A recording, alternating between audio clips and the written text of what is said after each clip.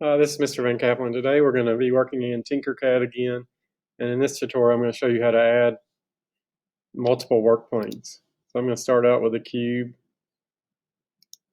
Remember, if you hold shift and drag on any of the white corners, it'll keep it dimensional where it's a cube. Okay, so say I want to put a cylinder here. In the past we've drawn the cylinder, it puts it on the default work plane. You can drag it up. There's two ways you can do this. You can click work plane here, or you can just hit W on your keyboard and it gives you a new work plane, and you can hover around the cube and it's going to allow you to put that work plane anywhere you want.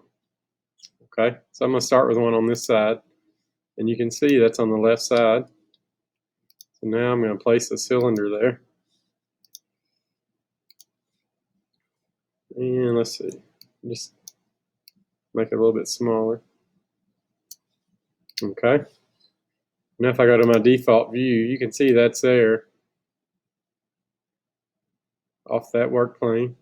And you want to get rid of this work plane here, the orange one. Just hit W again and click the blue one on the bottom, and you have that.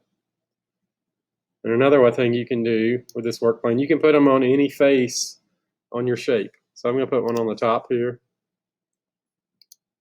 and then I'm going to insert some text.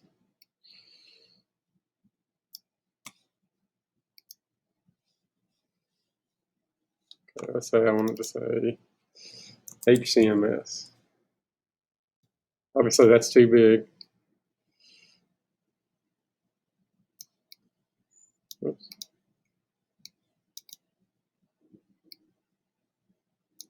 I've got that on there.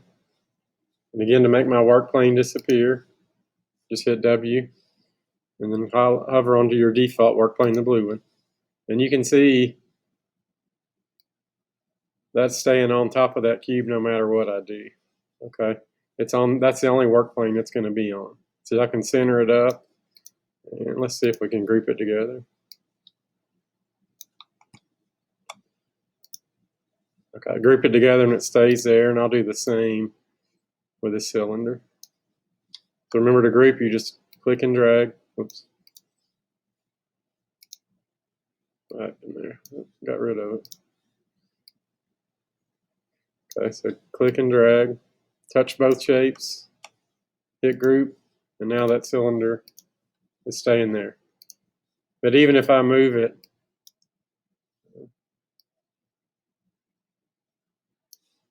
it's going to stay on that work plane.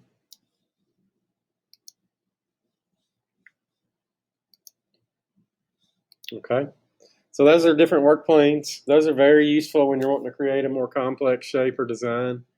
It allows you to use the text feature. One thing they've added, if you go down to characters, okay, I guess they do this with the seasons. They've added a pumpkin and a jack-o'-lantern. Okay,